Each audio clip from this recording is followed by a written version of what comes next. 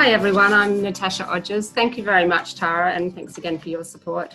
I'm project coordinator for the disaster projects, and just to give a brief overview of what this is all about, the purpose of the Queensland Neighbourhood Centres strategy for drought resilience is to promote social cohesion and community integration in response to drought through the work of neighbourhood centres. So that's it in a nutshell, and there's a lot more detail that you'll see that comes within all of that through the strategy. The focus area for this strategy is in the west and far west areas of Queensland, so the areas that's outlined in black on the map, and it's for an implementation of 3 years from now to look at implementing that. So just to go into the next slide.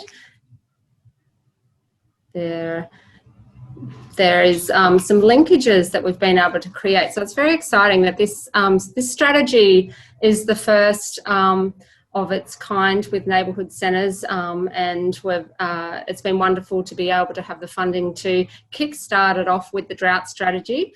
We also have funding, it's very appreciatively received from the Commonwealth and State Disaster Recovery Funding Arrangements. So we have funding received for both the development of the strategy and stage 2 of the implementation of the strategy for the monsoon resilience strategy for far north and north Queensland through the Trough Category C flexible funding. And then we also have in motion the bushfire resilience strategy with neighbourhood centres under the Central Queensland bushfires in Category C. So that's spreading through that area. So the 3 strategies, when they are all complete at the end of the year, will combine into then a Queensland Neighbourhood Centre strategy for disaster resilience. So a momentous time for neighbourhood centres and QFCA to be developing these strategies to really look at how neighbourhood centres and QFCA can work together to really enhance the work that's already been done by neighbourhood centres and to build the awareness of the role that neighbourhood centres can and do play in response to natural disasters and supporting their local communities. So in a nutshell, the drought strategy shows that as a place-based hub with existing connections in the local community, neighbourhood centres in drought-affected regions are in a unique position to build the strength of rural and regional communities in response to drought. So I'll hand over to Meng Ting, the person who's done a lot of the core writing of this strategy, to go through in some further detail. Hi everyone, I'm Meng Ting. I'm the drought strategy worker. So just sharing with us the strategy development process. We developed the strategy using a participatory action research approach where neighbourhood centres are recognised for their valuable insights and understanding of their community needs and resources. And we were guided by neighbourhood centre stories of experience and the opportunities that they saw in seeing developing strategies around greater awareness of and utilisation of their local knowledge and connections so that more community members are adequately supported. The scope of the strategies the scope of the capacity varied among these neighbourhood centres, and as such, each would implement these strategies according to their priority, while recognising that additional work needs to happen at the community and also government level. And in addition, whether the neighbourhood centre is located within a drought-declared area affects their access to funding and resources. I will now pass over to the centre representatives who will be presenting the 6 strategies. And first is Ross Wade from the Tara Neighbourhood Centre.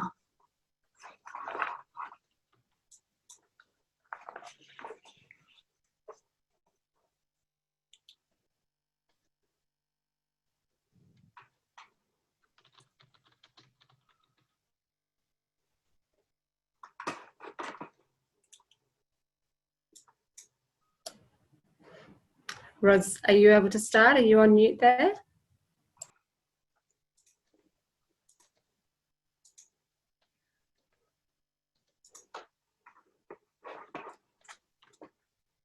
Okay, my mouse died. Thanks, Ross.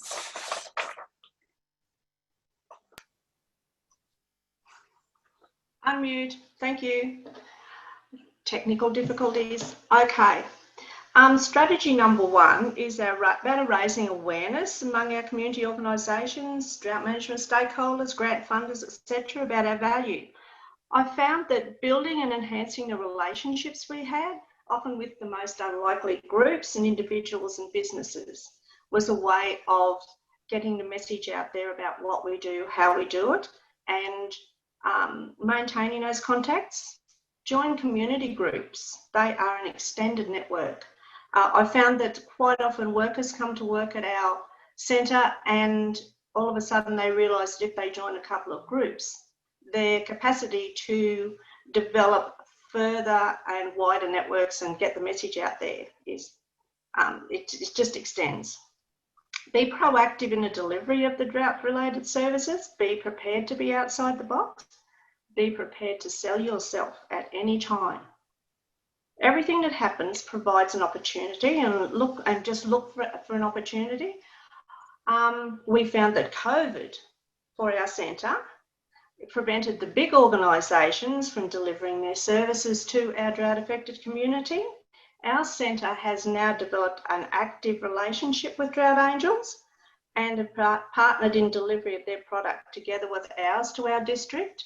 This is a relationship that has extended not only to drought affected people, but to schools and seniors in our community as well, with their support. Maintain the contacts even when you're not in drought. I'd like to just tell a story about maintaining the contacts, because a number of years ago I attended an NGO forum. Getting to the lunch table late, there was only one space left, directly opposite the executive director. Going to be on good behaviour now. So I always take my own mug, cat ones. For half an hour she kept looking at the mug, then asked where I got it from. So I explained, etc., etc. Guess what? She was a cat tragic too. Yes, like me, Picky's on the phone. But from this serendipitous meeting, both she and the Disabilities Executive Director visited our centre, toured our service district and took on board our issues and concerns. Going forward, I maintained the contact with the centre and were able to provide regional updates. So it's around a lot of relationship building, and for the implementation, I think that we need to create maybe a log of our relationships, of maintaining that knowledge so we can pass it on. Thank you. Now on to strategy number 2. Would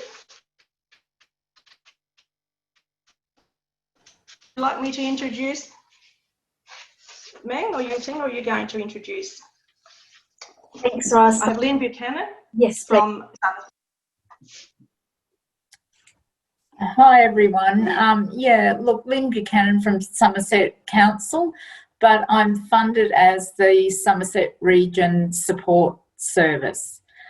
So strategy 2 is review current procedures and capacity for drought support and work together to develop and articulate a centre-specific or regional drought management plan which outlines their capacity, connections, resources and procedures for drought management.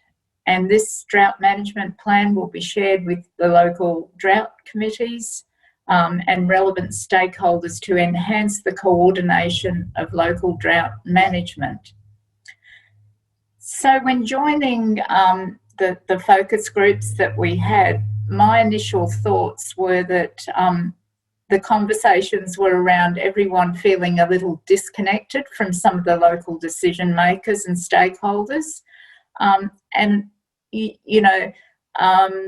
Neighbourhood centres are very good at responding to local needs and are trusted to just do it, but sometimes they're not really consulted or informed, and they might have the potential to be working in a vacuum, not a vacuum from the community, but a vacuum from authorities. So that in itself has a potential to reduce opportunities.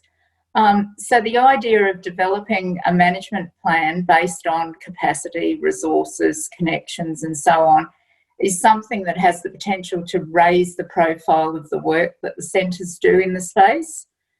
So once they can share this with those important stakeholders, it will help them understand the roles that the neighbourhood centres play. The problem is that, you know, neighbourhood centres are out there doing it every day, and they're pretty time poor when it comes to the, you know, organising a bigger picture thing. So that then became important, that neighbourhood centres work collaboratively with each other and to develop a plan. And the plan could be specific to the centres, but could be a regional plan. So if there's a couple of neighbourhood centres, perhaps within a council area or within a particular type of geographical area that has a similar, you know, perhaps what they produce in terms of crops or whatever, they could brainstorm together and then develop a plan that they could, it could be a regional plan or it could be an individual plan for the centres. So from my perspective, I'm one of those unusual neighbourhood centres that actually doesn't have a building and is council, you know, I'm employed by council even though I'm funded by Department of Communities. So for me, I'm much more connected with the stakeholders, you know, obviously intrinsically linked with council. I'm connected with state government, you know, state government members, the federal member and so on. So I tend to be more involved with those type of stakeholders. And so I felt I was a little bit more perhaps in the loop than some of the neighbourhood centres in terms of dealing with those types of people. So that's why I was interested in this strategy.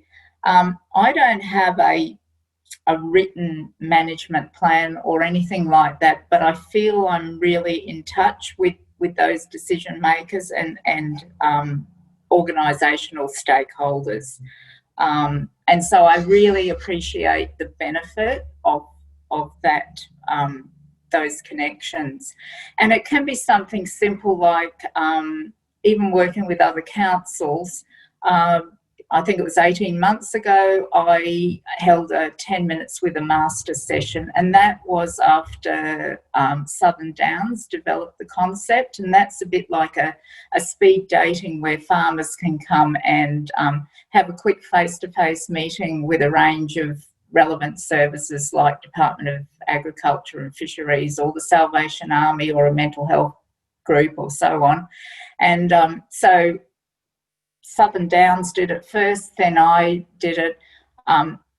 We both learnt from that experience. Then Lockyer Valley decided to go ahead and do it. So they took some learnings from us and it's passed on. And I believe even tomorrow, South Burnett are having a 10 minutes with a master session. So it's something that's developed and grown out of that collaboration with other councils, and I think it'd be really, really great for neighbourhood centres to be able to be part of that sort of bigger picture. In Somerset, we don't have a local drought committee. Maybe it's something we should have going forward. Anyway, that's probably me in a nutshell. I'll hand over to, I believe it's Louise doing strategy 3, mentoring. Yep. And we'll be able to keep going.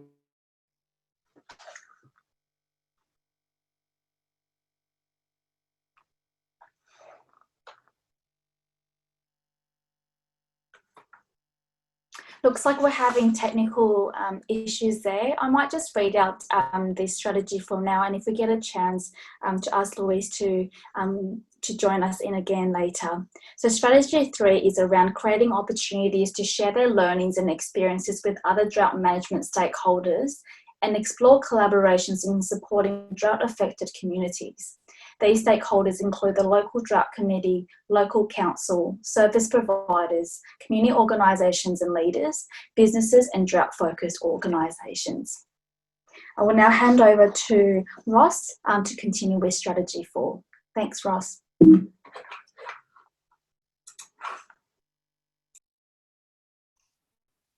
Okay. So number 4 is about community-based drought workers. So when we started to discuss the delivery of this strategy, a number of issues were raised. For example, what the workers' role would be, the expertise we would expect for them, would they assist with forms, would they be financial counsellors, and the list could have been endless. So I'm speaking from our experience with our centre, and everyone's community needs will differ, but I feel the base model could remain the same. So our centre has had the benefit of having both, at different times, a drought support worker and a flood support worker who delivered services to 11,500 square kilometres of service in our district. So basically, Tara is on the far eastern side and we have Westmar at the far western side. So both of these used what I call the farm gate model of delivery, which is a person who calls in to see you at your own home or wherever you may choose as the client. And they listen to you, they make referrals, support you through those referrals if necessary, and give you some emotional support. This model creates trust and enables connections with larger outreach model services in a supportive environment. Locally based workers who understand the environmental and social fabric of the community provide services that are timely, reduce social stigma in asking for help, and this is identified as the most single prohibitive barrier to the delivery of financial hardship packages, as the help is provided in a confidential manner and reaches those who would otherwise not access a service. Never underestimate the power of a cuppa and a chat. Being a real person, to know that, and this is a quote from one of our drought affected people, to know that someone listened. Even if they didn't have the answers, their presence at our table was enormous. It's easier to fund big dollars to big organisations, but their capacity to deliver consistent, timely support is limited by their own size and their service models. Government and large funders need to examine their own model of funding and realise that the big boys cannot operate without the little boys at the local level, because we are the ones with the knowledge base. So I'm at the end of just doing a funding application for a drought support worker, so it might be just watch this space. Thank you.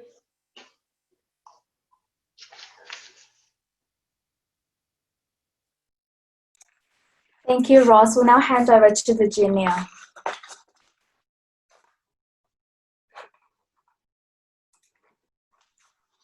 Good afternoon, everyone. My name's Virginia Wacker. So I'm currently sitting in the Millmerran Community Support Service, but my involvement with Drought, and I only started in the role here in March. So primarily my experiences with Drought have come from when I was at the Blackall Neighbourhood Centre, which was under the management of the Blackall-Tambo Regional Council. So I worked in that role for nearly 10 years, and probably the past 8 of that has been Drought.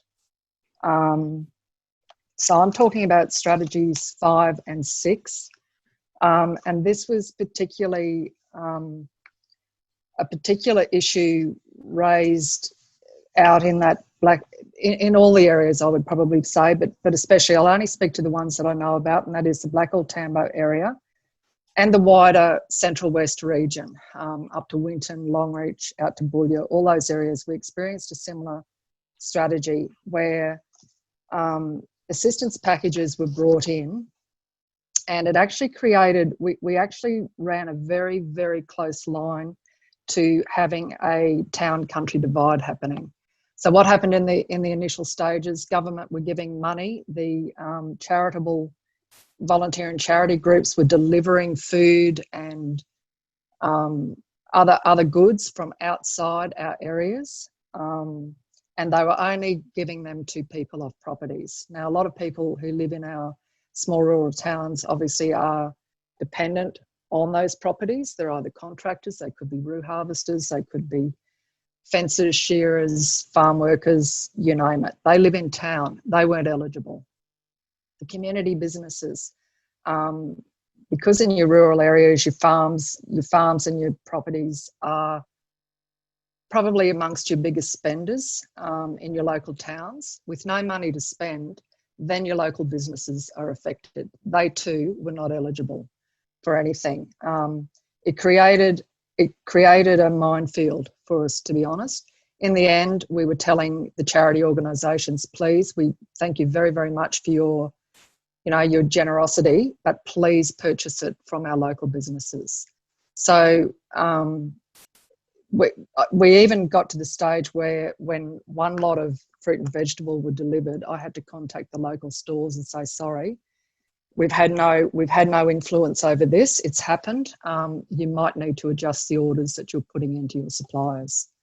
And they in fact did do that so that they didn't have wasted fruit and veg or fruit and veg they couldn't sell. So yeah, so it goes further. Drought goes further than just those that are on the land. It also affects your local businesses, and I think government and charities now do have that message, but I think it definitely needs to be put out there that if you're going to support a drought affected community, look at the whole community, not just one sector of it.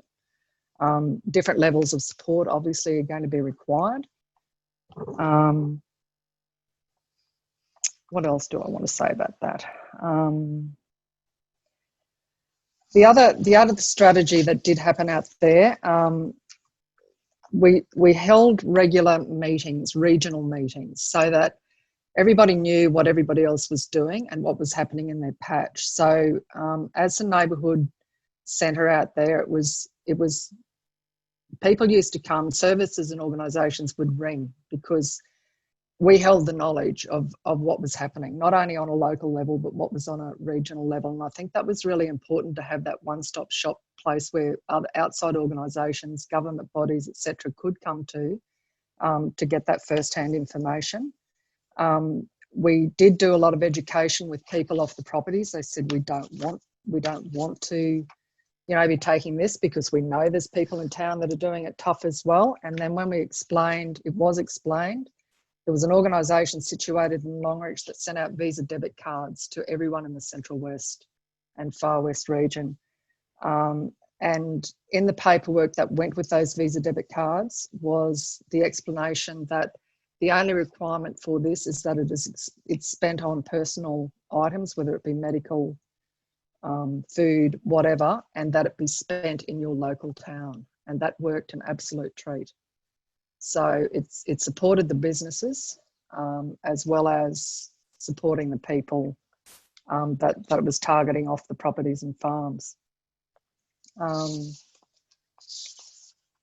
I guess I'm going to say a little thing about here too about raising awareness with grant funders and government to address the whole of community impact of drought. The best way to do that for rural communities is to do it in the soft way, if you like, the soft entry. Due to the stigma, and I'll just read this out, due to stigma associated with seeking help in an area where everyone knows you, the need for access to a flexible bucket of funding to hold events and activities, for example, grader workshops, dog horse schools, 10 minutes with the masters, I've heard they work really well down here, etc., is imperative to giving rural people in crisis access to the supports available. This soft support approach is non-threatening, protects their standing amongst their peers, etc. Support agencies are invited to attend these events and people attending are given an opportunity to engage with them. Ideally, you bring those people up and you give them 5 minutes to tell everyone who's there who they are, what they can provide, and how people can refer to them.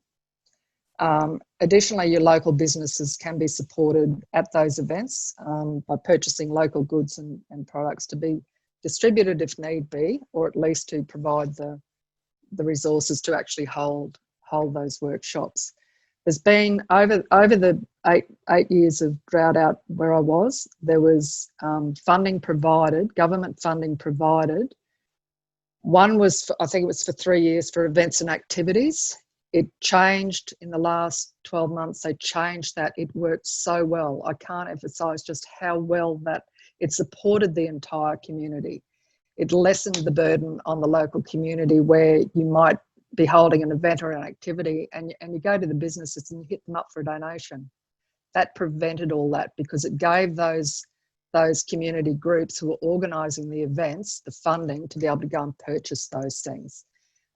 Allowed the events and activities to be offered free or free entry or less to buy a burger and a soft drink or whatever for the family. So there was no impediment, and it was a whole of community approach. Worked brilliantly. There was another organisation that received federal funding for a similar thing earlier on in the drought. Again, they lost that funding. They didn't lose the funding. The focus for the funding got changed, and it no longer met the needs of the community. They took it to a one-on-one type situation, and that wasn't what the community needed. So I think it's really important for governments and grant funders to actually have a good think about how we can actually target the people who need it most while being wholly inclusive of a whole community. And I think neighbourhood and community centres play an integral part in that conversation and how that can work.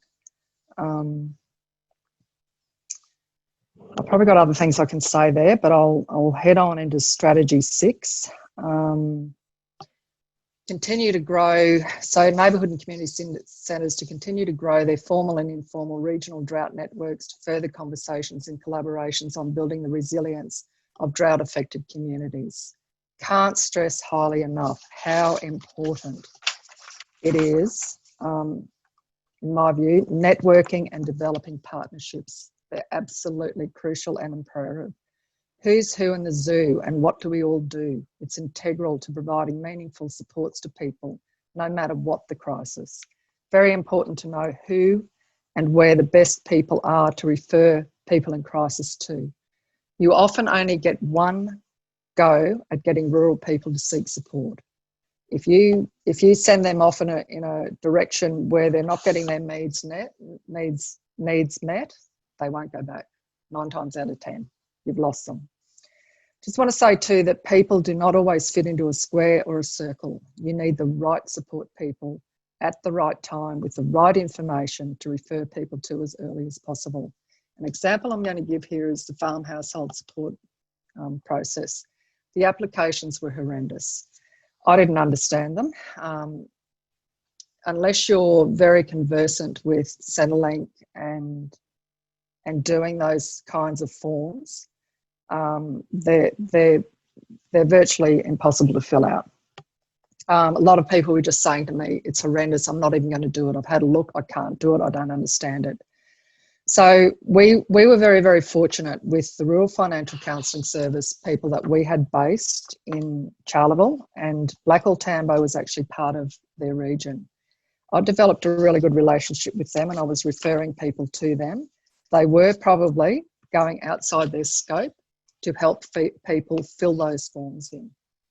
Now, I know they've been redirected not to go down that path again, but honestly, that was what people needed. That support of how to fill that form out, what to say in it, what attachments to attach to it was just critical. That was when you're in drought and on a property, it's 7 days a week and it's 12, 14, 16-hour days. If you've elected to feed your stock or do whatever, you don't have time to be worrying about how to fill a form out.